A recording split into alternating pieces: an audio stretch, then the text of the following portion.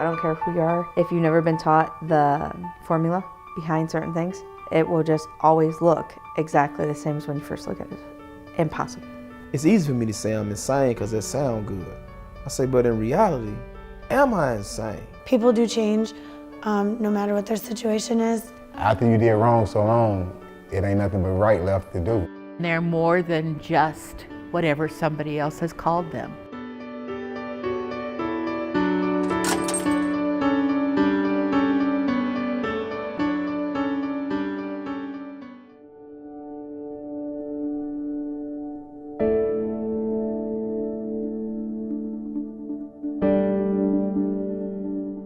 Let's see, I started getting into trouble when I was 11. I stole a car.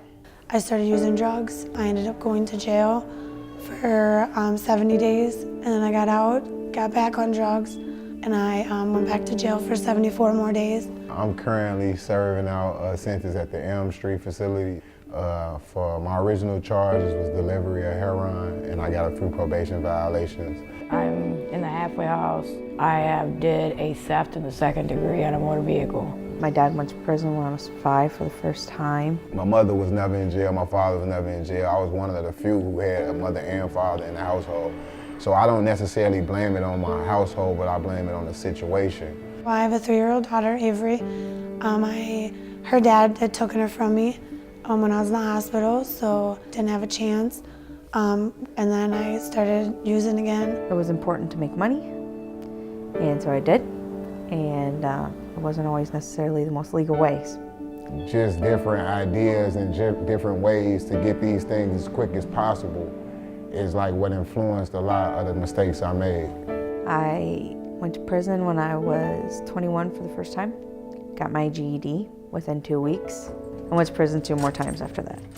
I had no choice but to go back or go to prison. And I decided that I would just go back to the halfway house because I don't want to do prison. Incarceration doesn't teach you how to live. And even if it does, as soon as you hit the streets, it's like, it's all gone. You can't really make life events into numbers.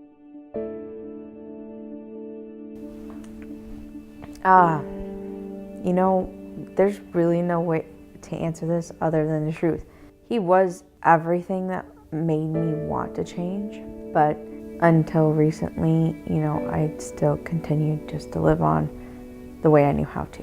When I was in jail and I was talking to my mom, and my daughter's dad had let my parents see her. So when I got to talk to her on the phone and she said, "Mommy, come home," I bawled.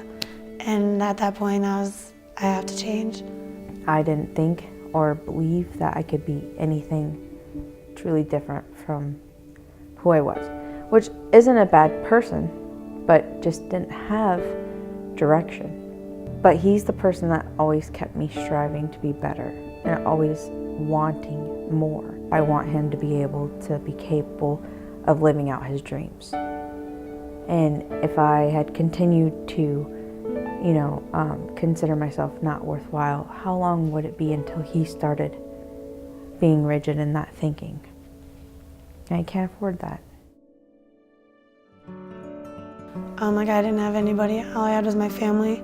And then I had Caprice. Caprice was a big influence to me because we come from similar places. I come originally from Chicago. I grew up in generational poverty. I grew up in a life of crime. From the age of 12 years old, it was the first time I entered juvenile detention in Chicago. That repeated several different times. I spent 15 years in prison. I lived a life on the run most of the time because I never liked going to court, so I had warrants. Being able to see somebody want to help. Even when I was living in the crime life, you know, I would commit crimes and I would always want to help somebody. That's how the Founding Youth began, me wanting to help and love somebody.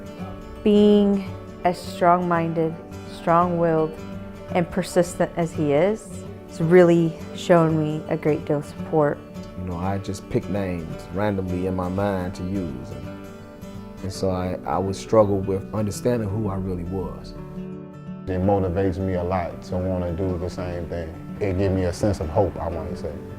I had a candid conversation with myself and God.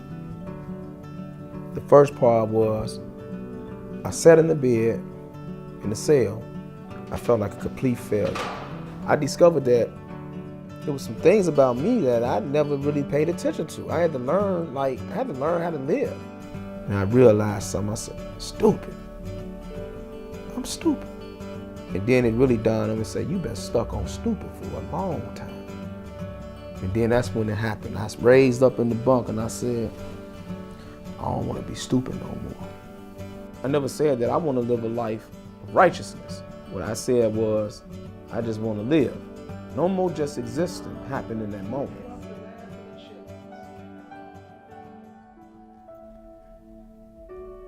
And so, I had to give up all of me.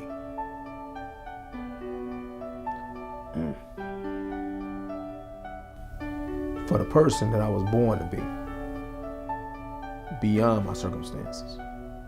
And that's what happened. And I just surrendered and I said, God, I don't want to die. I don't know how to live. I got to trust you to help me, because you all I got now. And he said, follow me. You ain't gonna be the same ever again. And you ain't never going back to jail. I never even thought that was possible. I began to want to love, like learn what that means. Actually being able to present change and show real life change, like looks good on them. And I just hope it looks as good on me. Well, I look at it this way, everyone's done something wrong. It may not be at a scale where you had to go to jail for it, but everyone's done something wrong and you were still offered a second chance. People can learn from their mistakes.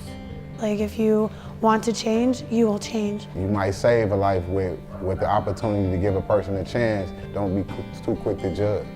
Either you're part of the solutions or you're part of the problem. And what I realize is that anybody that's not looking towards trying to change something that they see is wrong, they are part of problems. I can make any excuse in the world to fail. And I don't think I want to let anybody else's opinion do that for me. Can't nobody tell me that it ain't possible. I don't care how you look or what you've done, because he changed me. Putting your mind on a diet, which is basically the same concept as putting your body on a diet. You want to put only the good things in, so only the good stuff comes out. In the process of doing so, you start seeing things differently. Always take advantage of an opportunity to put you in a better situation. Without uncomfortability, you lack in learning, and you'll stay comfortable in a miserable state for a very long time. Everybody ain't gonna get that second chance, but it is people trying, you feel me? You gotta put yourself around the right people too. It doesn't matter what the circumstances are. If they can find that right person, stand by them, then they could change their life just like me and anybody else. To give people a hope that just because that's where you are now doesn't mean that's where you have to stay. You can't let people sway you off for something that you got a goal, you gotta stick with it. But the only opinion that matters is yours. Identify your dream and don't let anybody steal it from you. Caprice has heard me talk about how I wanted to own a coffee shop. It's been my dream for like 10 years. He had a friend, owns Inspire Cafe. And she was looking for somebody that was a hard worker. So I got a phone call, I was like, do you want to work at a cafe? And I'm like, yes, this is my dream. I now have full custody of Avery. I never had a license before I finally got it. I have a car, I got my own place now. I'm also starting, I think it's called Parent Partners, where like I'll help people, like families that have had their kids taken away like I have. I'll help them, support them, and help them get their kids back too. This is a life journey. So I'm only getting glimpses of the beginnings of it. Some of them, it's like they're gonna increase through time, in different moments in their life. But right now, I find joy in seeing people working towards being consistent. In 5 or 10 years, I want to see myself sober, happy, living my life with my girlfriend and the kids, take care of them, just be one happy family. That's what I kind of needed was, a chance to make it without having everybody depending upon me and, give myself a shot at life. I mean, yeah, I'm living proof, but I don't feel where I want to be yet. You know what I'm saying? That's why I still strive to get there. We all still pushing. We ain't gave up. So that's the best thing, as long as you don't give up, you feel me? You just gotta keep going. That's how I look at it. I truly believe that there's a lot of people that's destined to change just like me and to change people on another level than I ever been able to affect. You know, I want to be an inspiration one day to somebody or a few somebodies. Love somebody. That's it.